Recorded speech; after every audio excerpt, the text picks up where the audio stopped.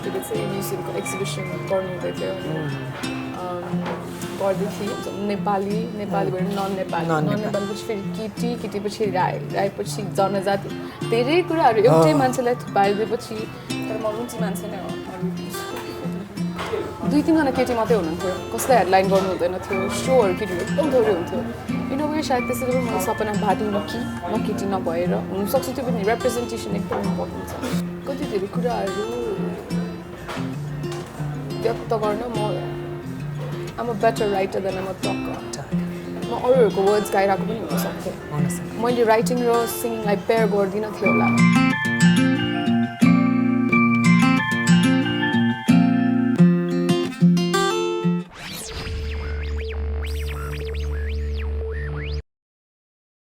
हामी आज एकजना सङ्गीतकर्मी वर्तिका याम राईसँग छौँ उहाँलाई समग्रमा सङ्गीतकर्मीको परिचयले हामीले स्वागत गर्यौँ स्वागत छ देश संसारमा धन्यवाद अमेरिका बस्नुहुन्छ कति भयो 6 वर्ष जस्तो 6 वर्ष भयो यहाँबाट पढाइको सिलसिलामा जानुभएको कि पढाइको सिलसिलामा ब्याचलर्स गर्नुभयो ब्याचलर्स गर्ने अहिले पढाइ सकिसक्नु भयो ब्याचलर्स सक्यो काम गर्दैछु जागिर खान्छ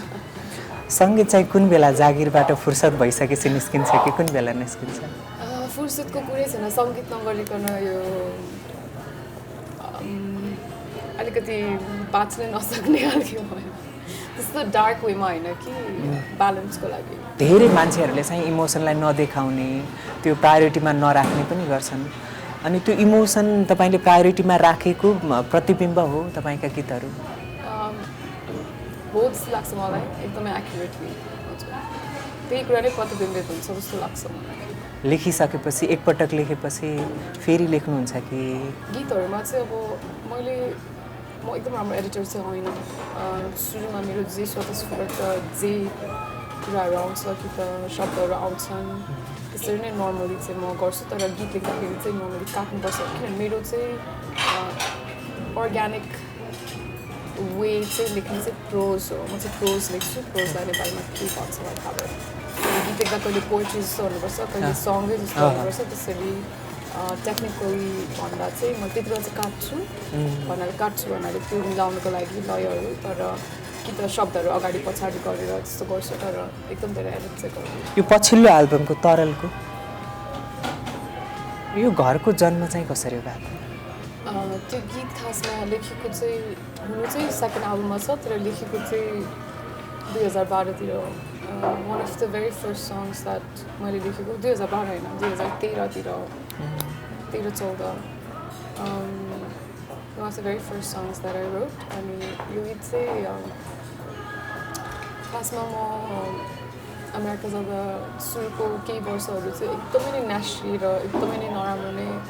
स्टेजमा थिएँ म अमेरिकालाई हामी पनि ग्ल्यामराइज गर्छौँ अनि म गएँ तर ठ्याक्कै त्यस्तो थिएन अनि घरको कति माया लाग्छ भनेर थाहा पाउँछ अलिक महँगो नै पऱ्यो पैसा मात्रै होइन इमोसन सबै कुराको लागि अनि त्यहाँ गएपछि चाहिँ म कलेजमा बस्थेँ अनि डर्ममा सानो कोठामा म गाउँदाखेरि त्यो गीत निस्केको हो अनि त्यति बेला चाहिँ म यस्तो फेजमा थिएँ कि म 2-3 महिनासम्म कोहीसँग पनि नबोलिकन I used to go without talking to anybody एउटा सिङ्गल कन्भर्सेसन नभइकन त्यस्तो बेलामा चाहिँ लेखेको गीत हो घर सुरुमा त्यो गीतको नाम यादहरू थियो अनि पछि चाहिँ इट्स भेरी एप्रोप्रिएट द्याट त्यो गीतको नाम चाहिँ घर हुनुपर्छ त्यसैले निन्द्रा लाग्छ कि लाग्दैन कतिको आनन्दको निन्द्रा सुतेको कति दिन भयो मजाले सुत्छु मजाले सुत्नुहुन्छ केही पनि प्रब्लम छैन त्यो कुरामा चाहिँ म चाहिँ निद्रा बिना फङ्सन गर्न सक्दिनँ म मजाले सुत्नुहुन्छ अनि यो निदरीभित्र चाहिँ सपना पनि अटाएको छ तपाईँको गीत छ अनि त्यसमा रहरहरू पनि अटाएको छन् यो निदरी सपना रहर जोडिने कुरा चाहिँ अब सपनाहरूले नै म बनेकी छु म बनेकै सपनाले गर्दा हो रहरहरू धेरै छन् मेराभन्दा पनि मेरो अराउन्डको मान्छेहरूको पनि रहरहरू धेरै छन् अब कति मिचिएका छन् कति साँचिएका छन् कति पुरा भएका छन् कति भएका छैन त्यसैले मलाई त्यो कुराहरू चाहिँ एकदम इन्ट्रेस्टिङ लाग्छ अनि जसरी हामी जिन्दगी बाँच्छौँ या त जिन्दगीमा हामी फैसलाहरू गर्छौँ यो सबै कुराहरू पनि रहरहरूको वरिपरि गाँसिएका पनि हुन्छ जस्तो लाग्छ मलाई किनभने अब रहर के हुन्छ तर के गर्नुपर्छ तर पनि त्यसरी पनि मलाई एकदम इन्ट्रेस्टिङ भन्दा पनि इम्पोर्टेन्ट लाग्ने कुराहरू हो यो एउटा गीतमा चाहिँ सपनाको चित्र छ तपाईँको होइन यो हवाई जहाज भन्ने गीत सुन्दाखेरि कति सपनाहरू कोर्दै जाने मेट्दै जाने त्यो प्रोसेस चलिरहन्छ होला नि एकदम चलिरहन्छ सानोदेखि एकदम धेरै सपना देख्ने मान्छे मेरो खासमा मिडिया यस्तो म्युजिक यस्तो केहीमा पनि एक्सेस भएको फ्यामिलीबाट म आउँदिनँ मेरो फ्यामिली एकदमै म्युजिकल हो म जोइन्ट फ्यामिली हुर्केको हो मेरो आमाजीको पट्टिको जोइन्ट फ्यामिली सो मेरो आमाजी छामाजी भनेको सानी आमाहरू आमाजीहरू चाहिँ एकदमै अन्ताक्षरी एकदमै कम्पिटिटिभ खेल्ने यस्तो कम्पिटिटिभ कि कहिले आफूले आफूसँग खेल्ने उहाँहरूलाई कसै जित्न सक्दैन त्यस्तो फ्यामिलीबाट म आउँछु सो त्यस्तो म चाहिँ म्युजिकल फ्यामिलीबाट आउँछु तर हाम्रो एक्सेस चाहिँ त्यस्तो होइन तर पनि सपना देखि लिएर म मेरो आमाको पनि सपना हो एक्चुली मेरो पापाको पनि सपना हो सो सबैको सपना मिक्स भएर नै म यहाँसम्म एक्सेस लिएर आइपुगेँ सो सपना मेरो लागि एकदमै इम्पोर्टेन्ट छ हामीले 2014मा एउटा मेरो साथीले चाहिँ म्युजियमको एक्जिबिसन गर्नुहुँदै थियो अनि गर्दै थिएँ अनि उसले चाहिँ मलाई एउटा वर्ड चाहिरहेको छ नेपाली वर्ड यस्तो वर्ड स्पेसेसहरूवाला भन्दाखेरि चाहिँ मेरो आमाजीलाई सोधौँ न त आमाजी सोद्धाखेरि चाहिँ आमाजीले ठ्याक्कै त्यस्तो वर्ड चाहिँ हुँदैन तर तिमीहरूले बिम्ब र आकाश मिलाएर बिम्ब आकाश युज गर्नु सक्छौ भन्नुभएको थियो अनि त्यो वर्ड चाहिँ मलाई यस्तो राम्रो लाग्यो हामी त एक्जिबिसनलाई युज गरेनौँ तर मसँगै थियो अनि म चाहिँ कुनै दिन म चाहिँ फोटो प्रोजेक्ट गर्छु कि त किताब लेख्छु कि त पोएट्री लेख्छु कि त केही न केही चाहिँ लेख्छु यसबाट सोचिरहेको थिएँ अनि अब चाहिँ म एल्बम रिलिज गर्छु होला चाहिँ हुनै पर्थ्यो त्यो एल्बमको टाइटल हुनै पर्थ्यो त्यो बिम्ब आकाश किनभने फार टु प्रिटी अनि far too pretty to be left out भन्दाखेरि मान्छेले हुन्छ नि गीत सुन्दाखेरि चाहिँ कतै लाग्दैन कि तपाईँ बसाइ अमेरिका छ अनि त्यसपछि मान्छेहरूको सामान्य रूपमा बुझाइ के हुन्छ भन्दाखेरि अहिले यो उमेरमा अङ्ग्रेजी माध्यममा पढेर अनि त्यसपछि हुर्किँदै गरेको मान्छेमा त्यति राम्रो नेपालीको ज्ञान तपाईँका गीतहरू सुन्दै जाँदा एकदमै अर्थपूर्ण नेपाली भाषाले एकदमै राम्रोसँग स्थान पाएको छ क्या त्यो भाषासँगको नेपालीसँगको प्रेम चाहिँ कसरी जुटिएको यस्तो नजिकको स्वादिलो खालको फेरि मेरो आमाजीले गर्दा मेरो आमाजी नेपाली टिचर हुनुहुन्छ म एकदमै शुद्ध स्पष्ट नेपालीमा बोल्नुहुन्छ हजुर जस्तै मेरो शब्द भण्डार एकदम ठुलो छ त्यही कारणले गर्दा मैले खासमा नेपालीमा त्यति किताबहरू पढ्दिनँ तर पनि मलाई आमाजी चाहिँ पढ्ने एकदमै ह्याबिट लाग्यो सानोदेखि मलाई किताब मात्रै दिनुहुने पापाजी आमाजी दुईजना जहिले पनि किताब दिनुहुने गिफ्टमा बर्थडेमा जहिले पनि किताब दिनुहुने पैसा केहीको लागि दिनु नहुने तर किताब दिनुको लागि चाहिँ पैसा दिनुहुने किन्नुको लागि अनि पक्कै लाग्यो टिनेजर हुँदा चाहिँ मलाई ड्रेसहरू चाहिने तर पनि मलाई किताबहरू दिनुहुने अनि फेरि हामी चाहिँ एउटा लक्की पनि किन भन्दा म हुर्किँदै गर्दा इन्टरनेट त्यस्तो थिएन हामीसँग ग्याजेट्स त्यति धेरै थिएन कि हामीले चाहिँ आफ्नै क्रिएटिभ वेजमा कि त खेल्नु पर्थ्यो गएर दौडिनु पर्थ्यो चौरमा गएर घरहरू पनि त्यति भनेको थिएन चौरहरू धेरै थियो कि त दौडिनु पर्थ्यो कि त अर्को वेबर्स बुक पढेर अनि अर्कै वर्ल्डमा जाने सो म चाहिँ त्यसरी धेरै पढ्नु थालेँ अनि पढेर मेरो भाषा चाहिँ नेपाली मात्रै होइन सबै भाषासँग मलाई एकदमै मेरो एकदम रिलेसनसिप एकदम स्ट्रेन्ज छ मलाई ल्याङ्ग्वेज एकदम मनपर्छ तर नेपालीको चाहिँ आमाजीले गर्दा नै मैले शब्द भण्डार धेरै आमाजीले मलाई चिठी पनि एकदम लेख्नुहुन्थ्यो सानोमा म बोर्डिङ स्कुल पढेको हजुर 9 वर्ष बुढानको हुन्छ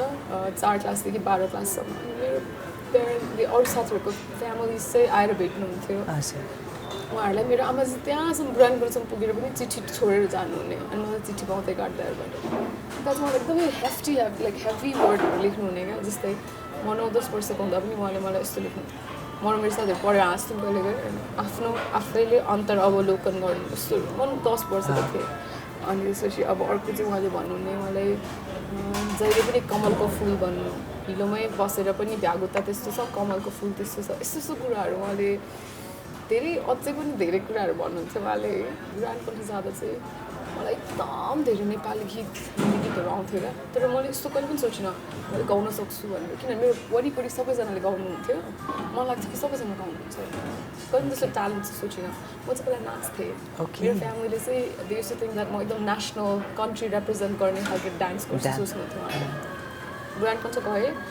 अनि त्यसपछि बुढान कन्ठमा गएर चाहिँ एकजना दिदीहरू हाम्रो एकदमै बुढान कन्ठमा ट्यालेन्ट सो एकदमै इम्पोर्टेन्ट हुन्छ क्या डान्स कम्पिटिसन सिङ्गिङ कम्पिटिसन उहाँहरू चाहिँ मैले गाउन सक्दो रहेछु भनेर भन्यो अनि मलाई कस्तो अचम्म लाग्यो तर पनि मैले गाएँ त्यसपछि म चाहिँ एकदम धेरै नेपाल र हिन्दी गीत गाउने तर त्यति बेला चाहिँ कोही साथीहरू चाहिँ इङ्ग्लिस गीत गाउनुहुन्थ्यो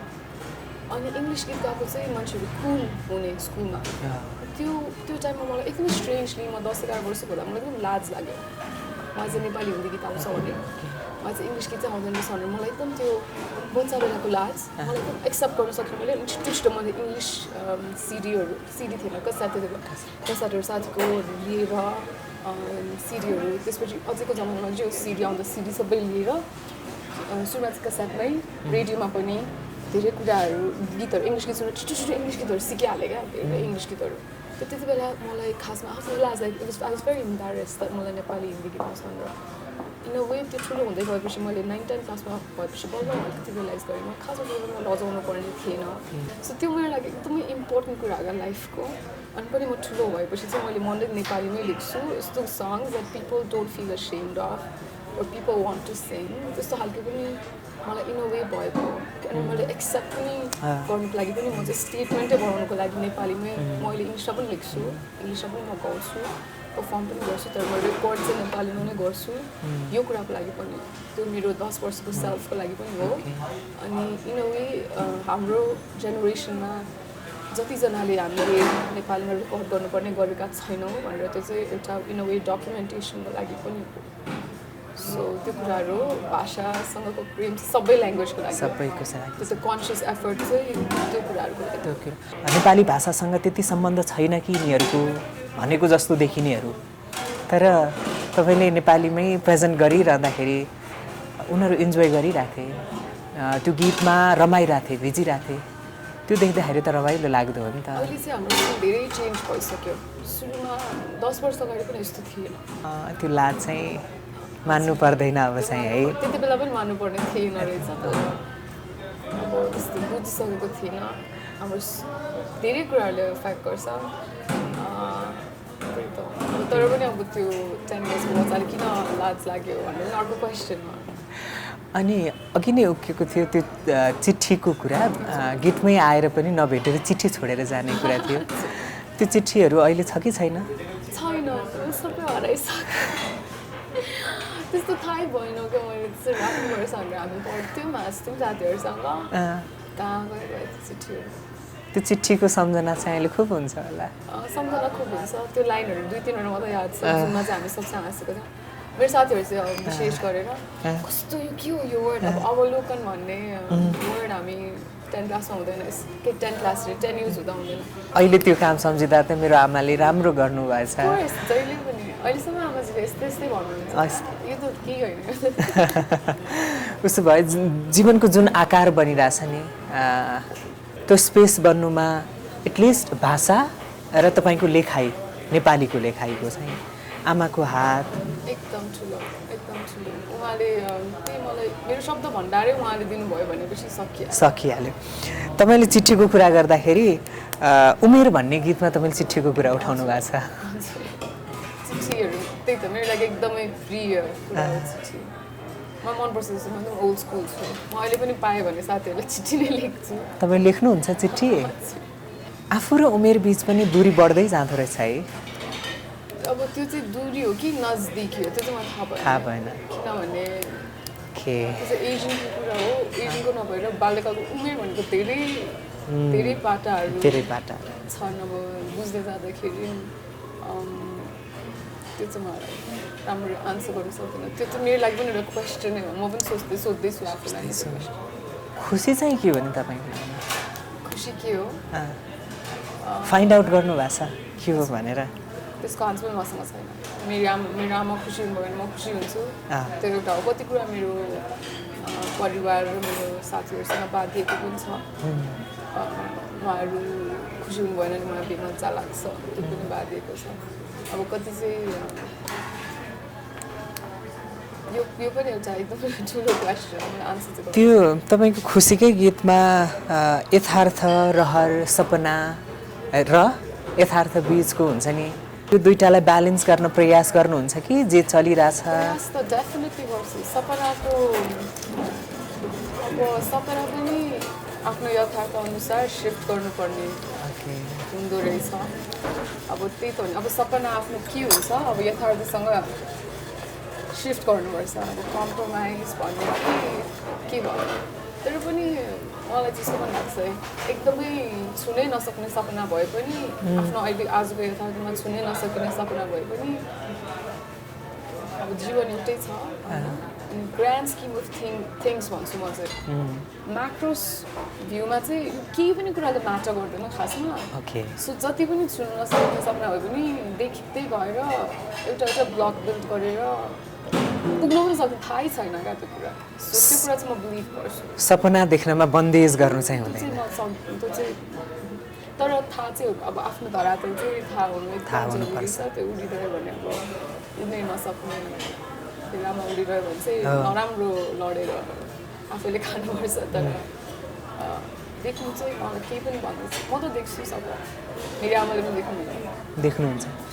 सपना देख्न पनि सिकाउनु भयो हजुर मजाले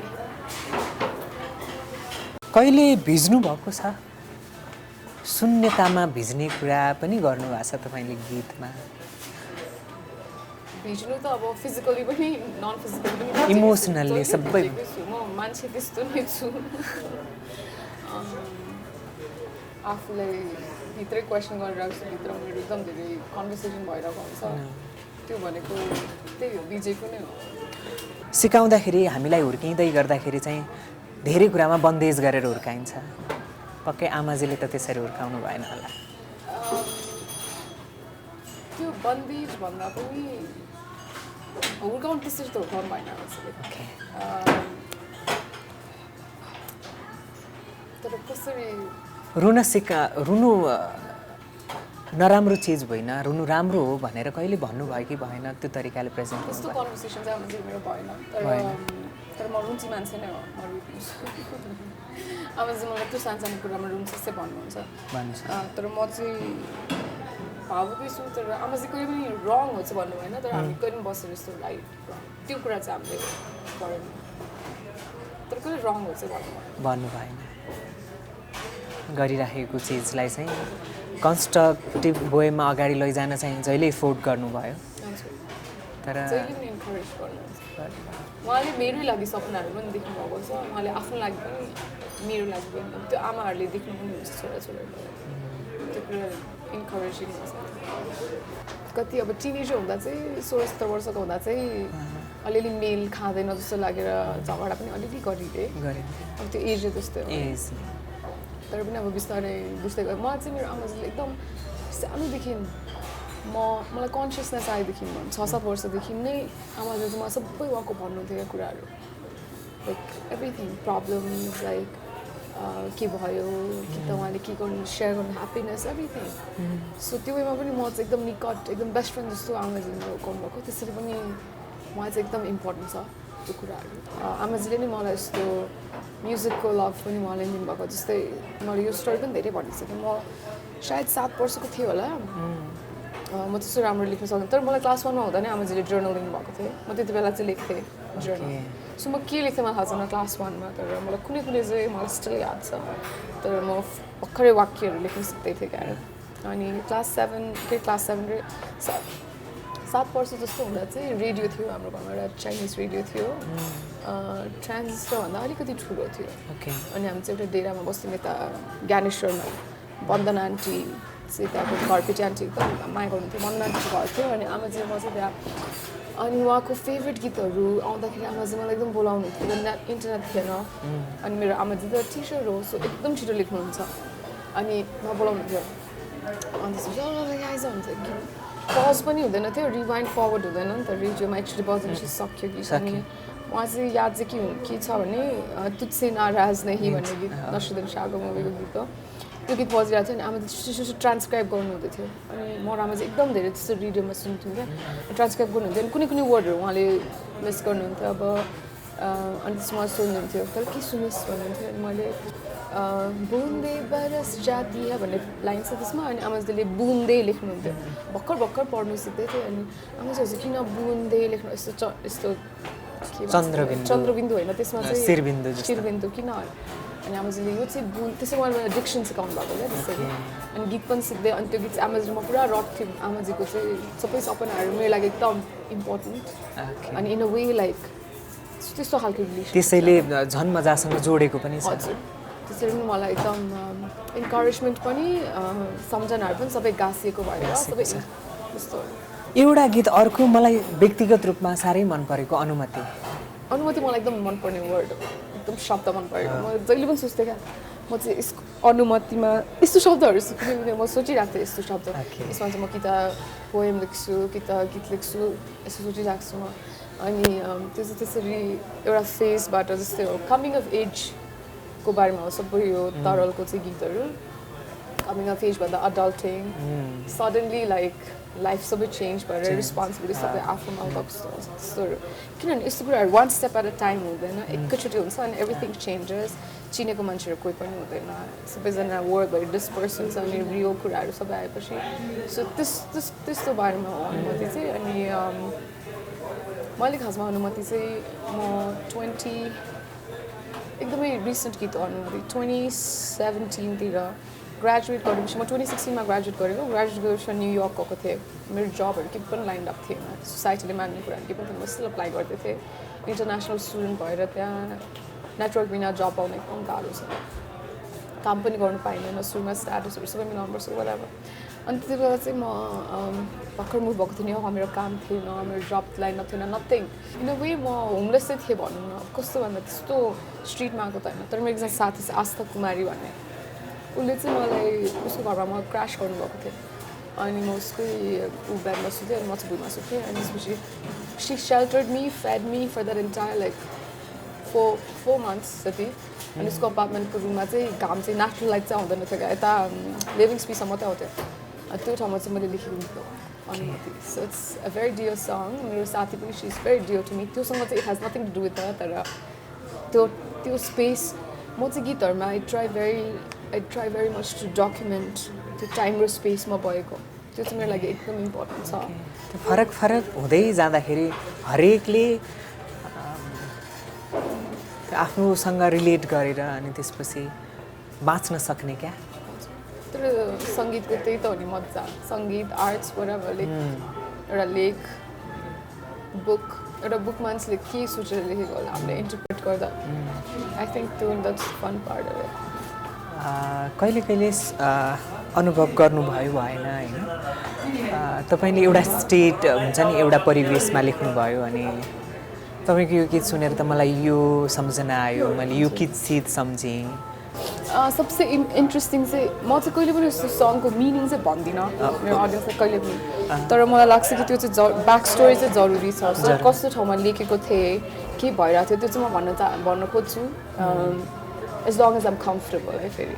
एकदम पर्सनल कुराहरू सो कम्फर्टेबल छुइनँ भने चाहिँ म सरसर गीत गाएर गइदिन्छु अनि अस्ति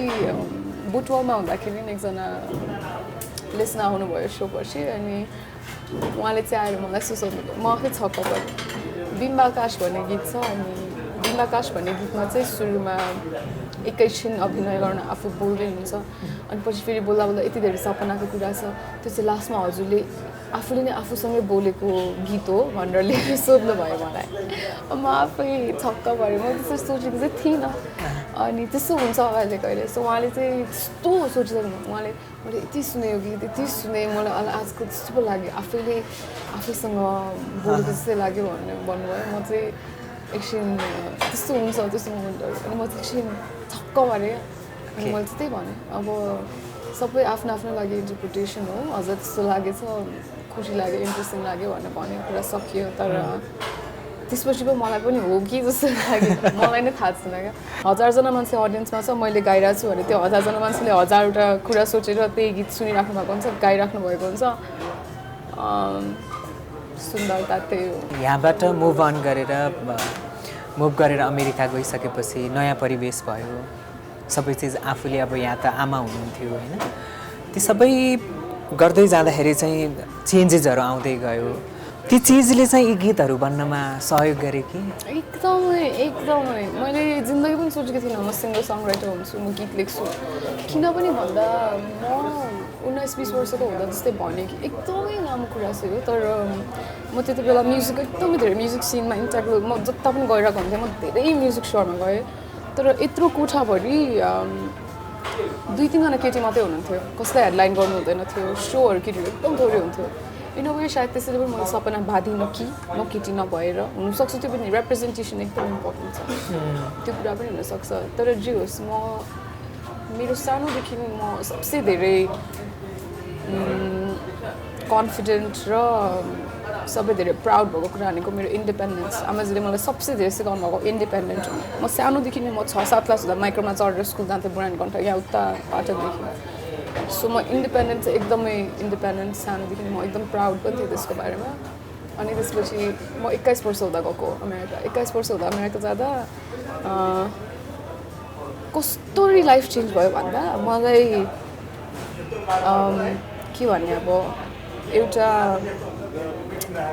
पानीको बोतल किन्नु पऱ्यो भने कहाँ जाने मलाई त्यो पनि थाहा थिएन भनेपछि मेरो रिम्याप गर्नुपर्ने सबै लाइफ जिरोदेखि सुरु भयो अब सबै कुराले मैले हेल्प माग्नु पर्ने भयो सो म त्यो मान्छे नै होइन क्या मलाई त त्यो कुराले नै सबसे धेरै पुरा रिम्याप गर्नु परेर यस्तो गाह्रो भयो मलाई अनि म जस्तो इन्डिपेन्डेन्ट मान्छे म कस्तो भएँ अनि 2012 मा त्यस्तो भएपछि 2013 तिर त I hit rock bottom like मेरो वर्स्ट थियो त्यो यस्तो डार्क स्पेसमा थिएँ म यस्तो नास्रिएको पनि थिएँ अनि त्यति बेला मैले त्यो सबै डिस्प्लेसमेन्ट म एकदम डिस्प्लेस्ड फिल गर्थेँ क्या डिस्प्लेसमेन्टलाई के भन्छ मतलब कतै बिलोङ गर्दिनँ जस्तो यो सोसाइटीमा म बिलोङ आउटसाइडर भन्छ नि एकदमै अनि आउटसाइडर भन्दा पनि बिलोङै नगर्ने क्या अब त्यस्तो कुराहरू भएर मैले चाहिँ त्यति बेला चाहिँ त्यो कुरासँग कोप गर्नुको लागि चाहिँ मैले खासमा लेख्न थालेको हो सो इट्स भेरी इम्पोर्टेन्ट यो मेरो अमेरिका जानुको कुरा इज भेरी इम्पोर्टेन्ट म थाहा छ म यहाँ बसेको भए म कोलाबोरेसन्स गर्दै थिएँ तर म गाइ नै रहेको थिएँ सो म अरूहरूको वर्ड्स गाइरहेको पनि हुन सक्थेँ मैले राइटिङ र सिङ्गिङलाई पेयर गर्दिनँ थियो होला तपाईँले गरेको त्यो आफूलाई गरेको रिम्यापिङ प्रोसेस उहाँ गएर मात्रै पनि होइन पहिलाको अनि फेरि ड्र्याग सम्झनाको बारेमा भेरी नस्टाल्जिक मेलान्कोलीहरूको बारेमा म धेरै लेख्छु सो त्यो एउटा ठाउँमा भएर अर्को ठाउँ रिच गर्न नसकेको अनरिचेबल खालको पनि एउटा गीत छ तपाईँले अस्ति युगलजीको कार्यक्रममा सुनाउनु भएको थियो बसाइ त्यसमा चाहिँ आफूबाट छोडेर आएको अथवा छुटेको गाउँको सम्झना छ खबरहरू पनि तपाईँलाई जानकारी राख्न मन लाग्दो रहेछ साइला दाइकीको एक्सपायर हुनुभयो कि बिहे भयो यस्तै यस्तै कुराहरू डेथको बारेमा सानो मसिनो कुरा जुन कुरा चाहिँ फलानाको यस्तो भयो अरे नि त गाउँको खबर लिएर आउँदाखेरि खबर पोको पारेर लिएर आउँदाखेरिको त्यो गीत पनि साह्रो रमाइलो छ हजुर त्यो गीत मलाई एकदम मसँग एकदम नजिकको गीत थियो तर हामीले एकदमै रिसेन्टली लेखेको गीत हो 2018 मै लेखेको गीत जानमा लेखेको गीत ओके 1 वर्ष पनि भएको 1 वर्ष हुन भयो त्यसको कथा भन्नुभएको थियो त्यो चाहिँ सबै बसाइ हो नाम चाहिँ बसाइ चाहिँ लीलाबहादुर छेत्रीको एउटा सानो उपन्यास हो मलाई चाहिँ कभर याद आउँछ ब्लू कलरको थियो पहिला चाहिँ थाहा छैन पछि पब्लिकेसन पछि के भयो 12 क्लास हो कि 11 क्लासमा पढ्नु पर्थ्यो मेरो आमाजी नेपाली टिचर हुनुभएको म त ए लेभल्स पढेको मैले पढेको चाहिँ छुइनँ त्यो किताब मैले पढेको पनि छुइनँ सो बसाइ चाहिँ it's about migration it's about living social injustice पनि त्यसमा छ हजुर त्यसको बारेमा हो त्यो मेरो ठ्याक्कै त्यही पोइन्टको रिफ्लेक्सन हो मलाई जे भइरहेको थियो त्यही हो 2018 को जनवरीमा मलाई जे भइरहेको थियो कति धेरै कुराहरू व्यक्त गर्न म I'm a better writer than I'm a टकर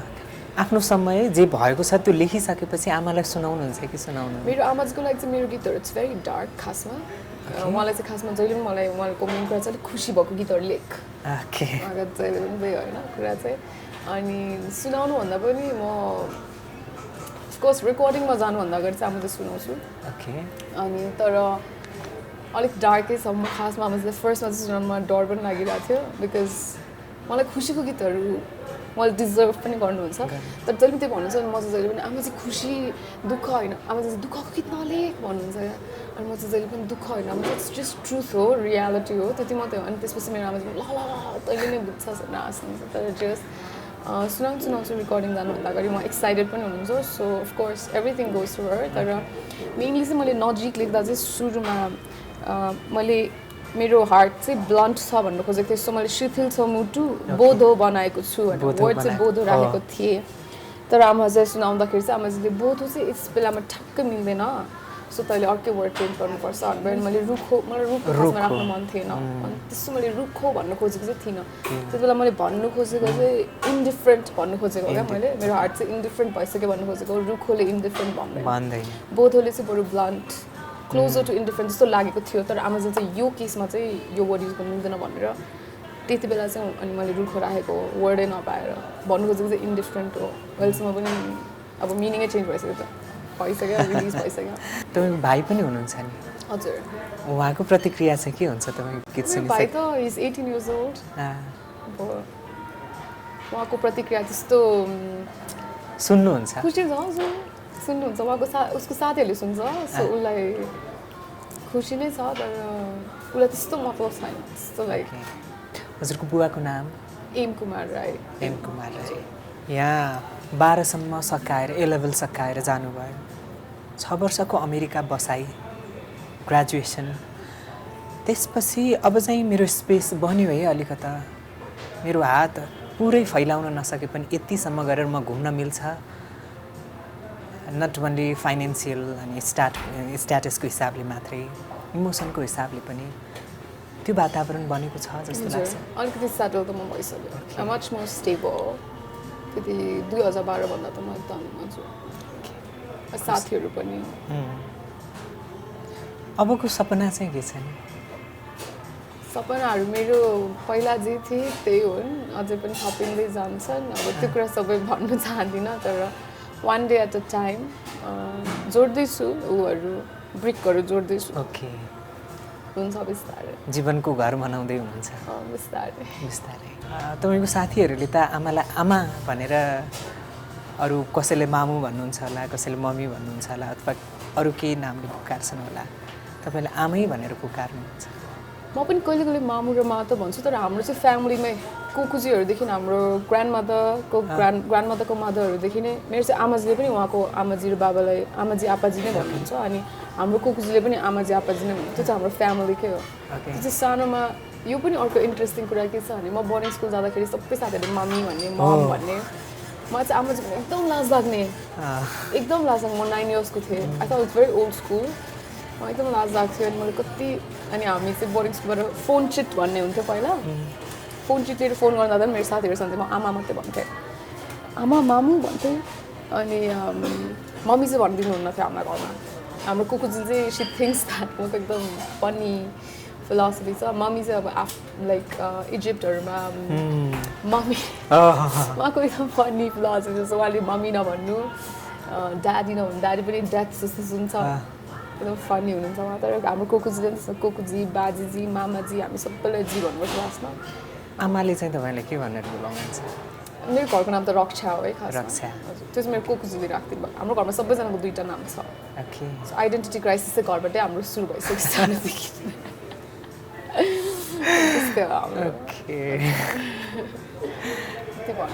तर क्राइसिस त छैन नि त आइडेन्टिटी क्राइसिस त छ नि सबैलाई छैन होइन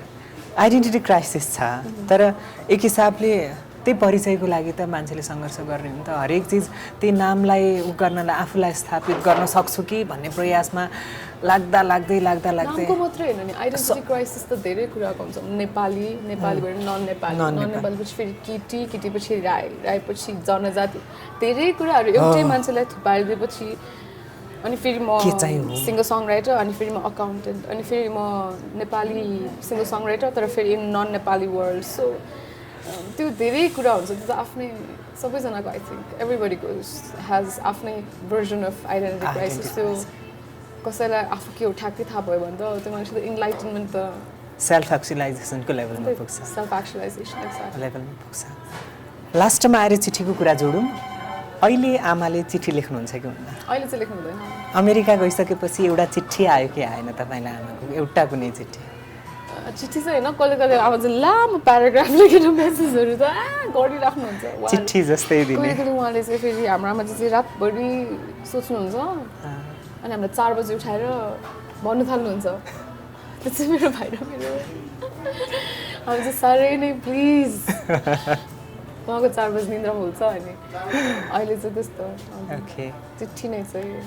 अनि तपाईँलाई चिठीको ख्याल हुन थालिसकेपछि मैले बच्चा बेलामा गरेको चिठी सँगै पर्ने रहेछ भन्ने लागिसकेपछि चाहिँ तपाईँले चाहिँ चिठी लेख्नुभयो कि भएन? मैले त लेखेँ म आमा चाहिँ लेख्दिनँ मेरो साथीहरूलाई लेख्छु कहिले कहिले इमेलमा पनि हामी चिठी नै लेख्छौँ इट्स जस्ट डिजिटल चिठी ओके आमालाई चिठी पठाउने मन आमा छैन चाहिँ म चिठी लेख्दिनँ आमा बोल्छु okay thank you so much thank you Prabhat